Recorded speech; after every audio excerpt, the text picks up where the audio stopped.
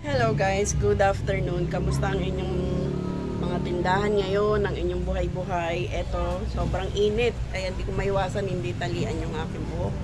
Dahil pag lumabas ka lang dito sa labas ng tindahan, napakainit. Talaga bubulaga sa'yo yung sikat ng araw.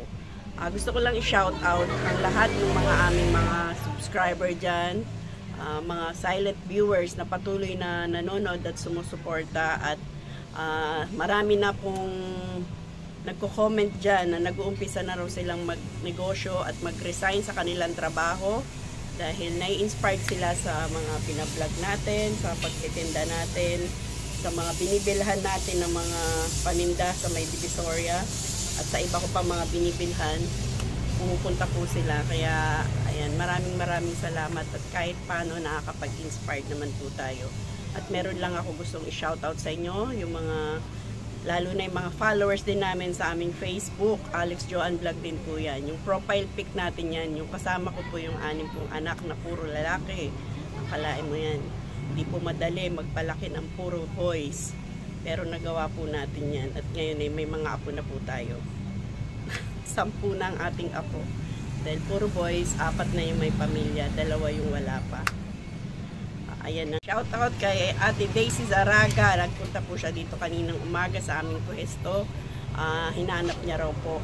Kaya lang hindi niya po tayo na-tsempuhan, at yun nga, nakita niya lang si Alex. Kaya laking panghihinayang niya. Sana raw next time magkita kami.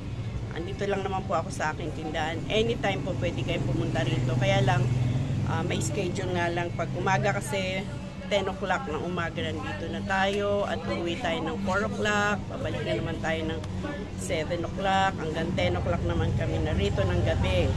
At shout out din po kay Father June na galing pa po ng Mindanao, na ayan, hinanap din yung ating tindahan at nakita niya po sa ating mga past videos, kaya sinundan niya po yung mga landmark kung saan tayo nakapwesto.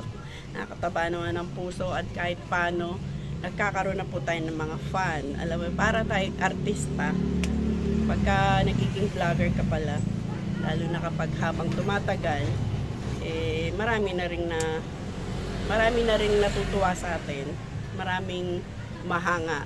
Pero hindi naman po sa kakalaki dapat ng ating ulo, dahil di pa naman, kahit na sumikat pa po tayo, yung mga iba dyan, mga naging sikat na, wag naman po tayong lumaki ang ulo.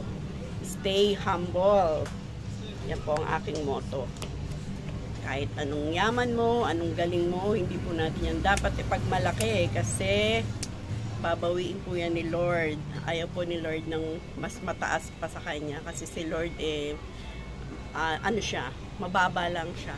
Kaya sana sundin natin yung katangian ni Lord. Tayo ay maging mapagkumbaba, huwag po tayo maging mapagmataas, kasi ang mapagmataas ay binababa, at ang nagpapakababa ay tinataas ni Lord. Kaya ayan, yan lang. Para masabi. Ayan si Ate Daisy. Pakinggan po natin ang kanyang mensahe para sa amin. Papasalamat kami sa iyo, at sana patuloy kang manood. Nanonood lang daw siya sa TV, kasi nga. Hi Ma'am Juan, matagal na kitang hinanap dito, kaso hindi kita ma-timpuhan. Ngayon natimpuhan ko na si Sir Alex, guwapo ka na. Naalala ko yung mga holdingans ko, naalala ko sa Mr. I'm followers. Diyan mga manood kayo kay Sir Alex at saka kay Ma'am Juan. Inspiring talaga. Lalo na yung kanya ding tindera, ang ganda niya.